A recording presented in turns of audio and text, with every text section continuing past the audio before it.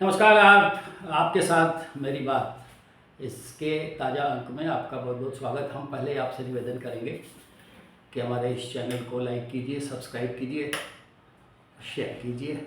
आपकी भागीदारी, आपका समर्थन मिलेगा तो हम आपके पास लगातार पहुंचते रहेंगे। बात करते हैं आज हम जाति आधारित गणना की रिपोर्ट के बाद जो राजनीति शुरू हुई है उसके ऊपर। जाति आधारित गणना बिहार में कराई गई।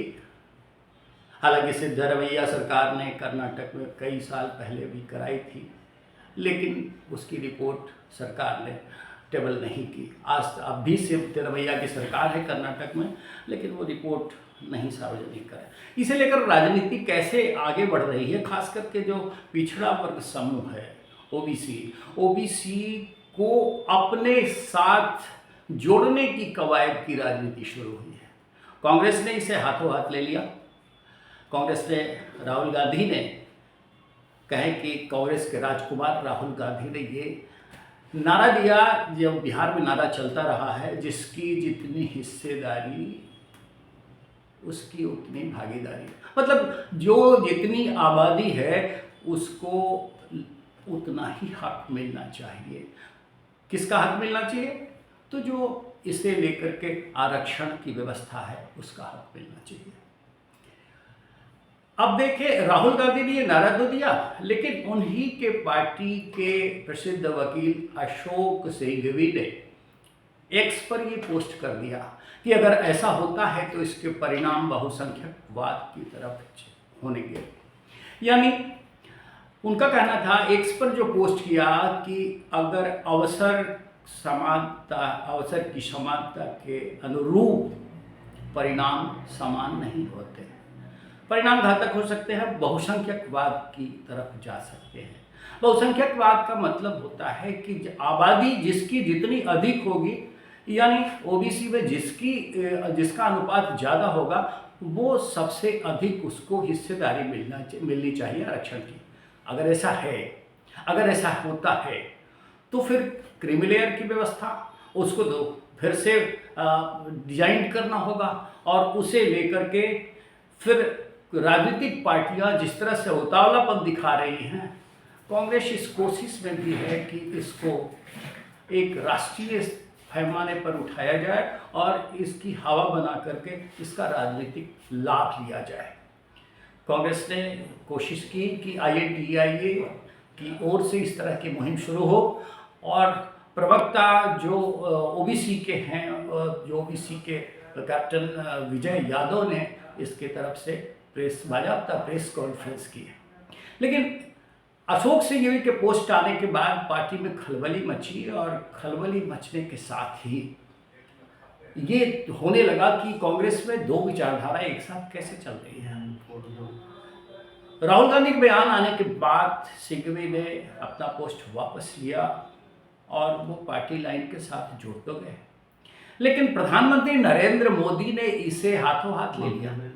प्रधानमंत्री नरेंद्र मोदी ने छत्तीसगढ़ में एक आम सभा में कहा, कांग्रेस को कोट करते हुए कहा कि ये बहुसंख्यकवाद की ओर इशारा तो करता है, तो इसका मतलब सबसे ज्यादा आबादी हिंदुओं की है, और हिंदुओं में सबसे ज्यादा जो गरीब हैं उनको इसका लाभ मिलना चाहिए। वो ये कह गए कि गरीब सबसे ज्यादा बहुसंख्यक है। उन्होंने तंज ये भी किया है कि अगर पूर्व प्रधानमंत्री डॉक्टर मनमोहन सिंह जो कहते थे कि बहुसंख्यकों को सबसे ज़्यादा लाभ मिलना चाहिए, बहुसंख्यकों के साथ साथ वो अल्पसंख्यक की बात करते थे और मुसलमानों की बात करते थे, वो आज कैसा महसूस कर रहे होंगे। और सबसे ज़्यादा आबादी, अगर आबादी के अनुपात में देखा जाए तो उनका तर्क था डॉक्टर मनमोहन सिंह का कि मुसलमानों को आरक्षण का लाभ ज़्यादा मिलना चाहिए। राहुल गांधी की बातों को प्रधानमंत्री ने उन्हीं के तर्क से काटा है, और जनसभाओं में वो लगातार, कल उन्होंने कहा, छत्तीसगढ़ में कहा, मध्य प्रदेश में कहा कि इससे तो ये अर्थ निकलता है कि बहुसंख्यक समाज हिंदू है और हिंदू समुदाय में, हिंदू समाज में जो गरीब है उनको सबसे ज़्यादा लाभ मिलना चाहिए।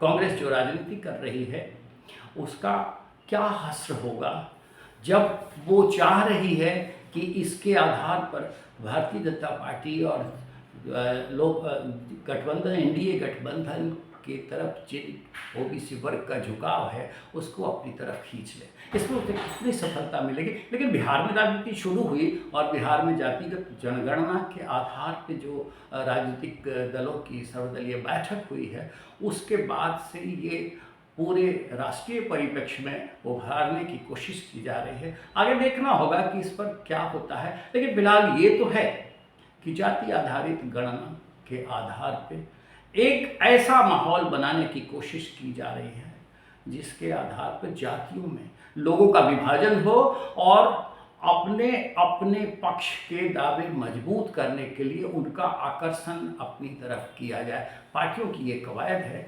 ये तो अब चुनाव के दौरान ही तय होगा कि इसका लाभ कितना किसको मिलता है।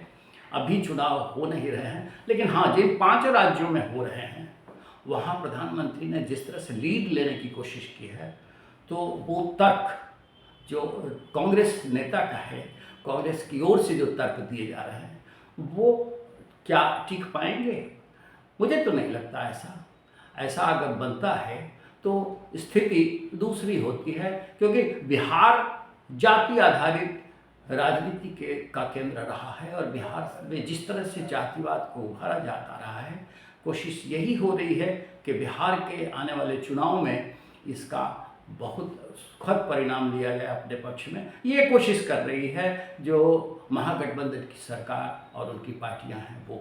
अब देखना यह होगा कि प्रतिद्वंदी जो केंद्र की सत्ता में है भारतीय जनता पार्टी और उसके सहायक दल, वो इसकी काट कैसे कर पाते हैं। अब थोड़ा वक्त तो है, आने वाले चुनाव में इसका निर्णय हो जाएगा। फिलहाल आज के अंक में हम आपसे इसी विषय पर बात करके अपनी बात को यहाँ विराम देते हैं। आपसे निवेदन करेंगे कि हमारे इस वीडियो को, हमारे इस चैनल को आप सब्सक्राइब कीजिए, लाइक कीजिए और शेयर कीजिए, ताकि हम सही कंटेंट आपके साथ लेकर के आते रहें। फिर किसी और विषय के साथ मिलेंगे।